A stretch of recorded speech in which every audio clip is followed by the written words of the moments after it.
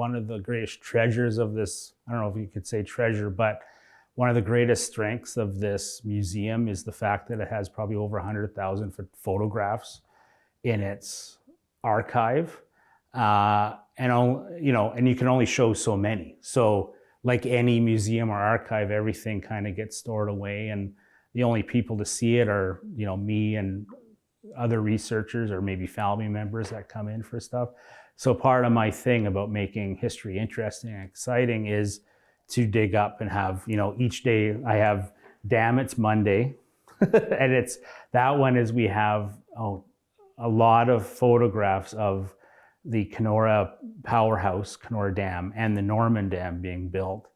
And we all know kind of what they look like now, but the landscape and kind of what they did to the landscape has changed over the past 100 to 125 years since they were first developed and built. And we have so many photos of it. And I thought, oh, this will be really interesting. And it has been. People are really interested to see kind of the change, because they've all changed.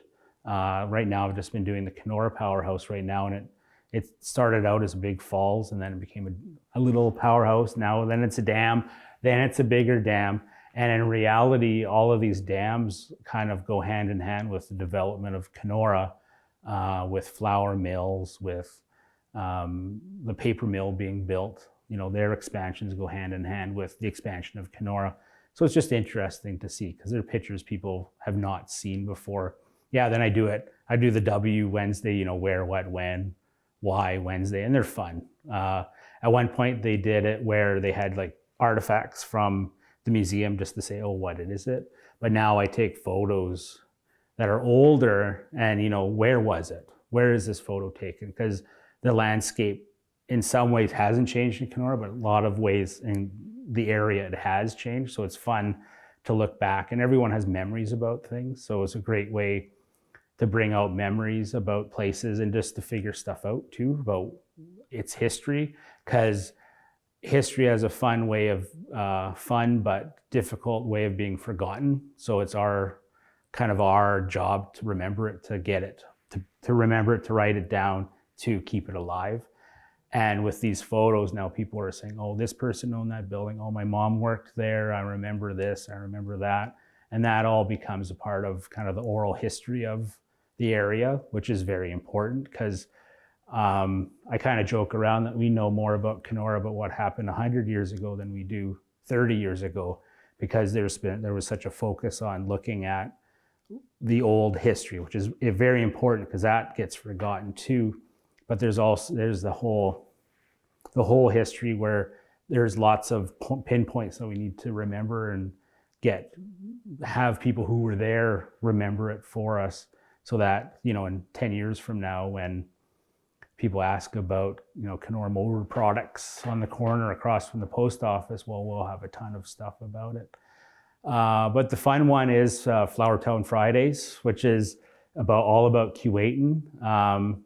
If you're of a certain age, you remember Keewatin being a flour milling town. They were one of the biggest flour mills in Canada for the longest time. But if you're of a certain age, even my age, I'm 48, the mill burnt down in 1967. So anyone born after that date will not have grown up in Keewatin as a flour mill. And in reality, it's been 25 years since amalgamation, so it's not the town of Keewatin anymore. So there's its whole history. It's very interesting history, very people-focused history. And we've been posting a lot of photos, and I'll get 100 to 200 comments a photo about people remembering bits and bytes. And it's been really interesting, and it's been making, in a very easy way, the museum doing kind of outreach on Facebook and Instagram to reach people and to get them to tell their stories. And I think it's just the beginning of what we're going to do with that. Well, and it's been interesting, kind of the interplay between people talking to each other within the post with their different memories. And I remember your mom worked there. Oh yeah, I used to go there as a child. I remember this, I remember that.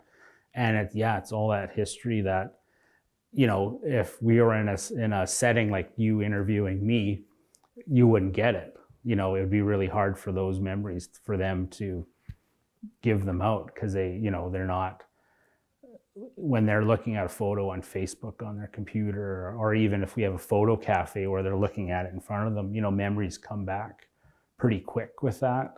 And the best part is they're not afraid to talk about it on Facebook or to send in stuff. We've had people now coming in specifically to talk about photos, like not even commenting online, just walking in and wanting to talk about it for a half an hour or so, which is great, because that's all history we didn't have, and we got to write it down and just to add to the story, because it's all about adding to the story of Kenora, Lake of the Woods. And I always say Kenora just because I grew up where it was the city of Kenora a lot of my life. So Kenora is in the area, Lake of the Woods region. Yeah, or this is what your street looked like. This is what downtown looked like.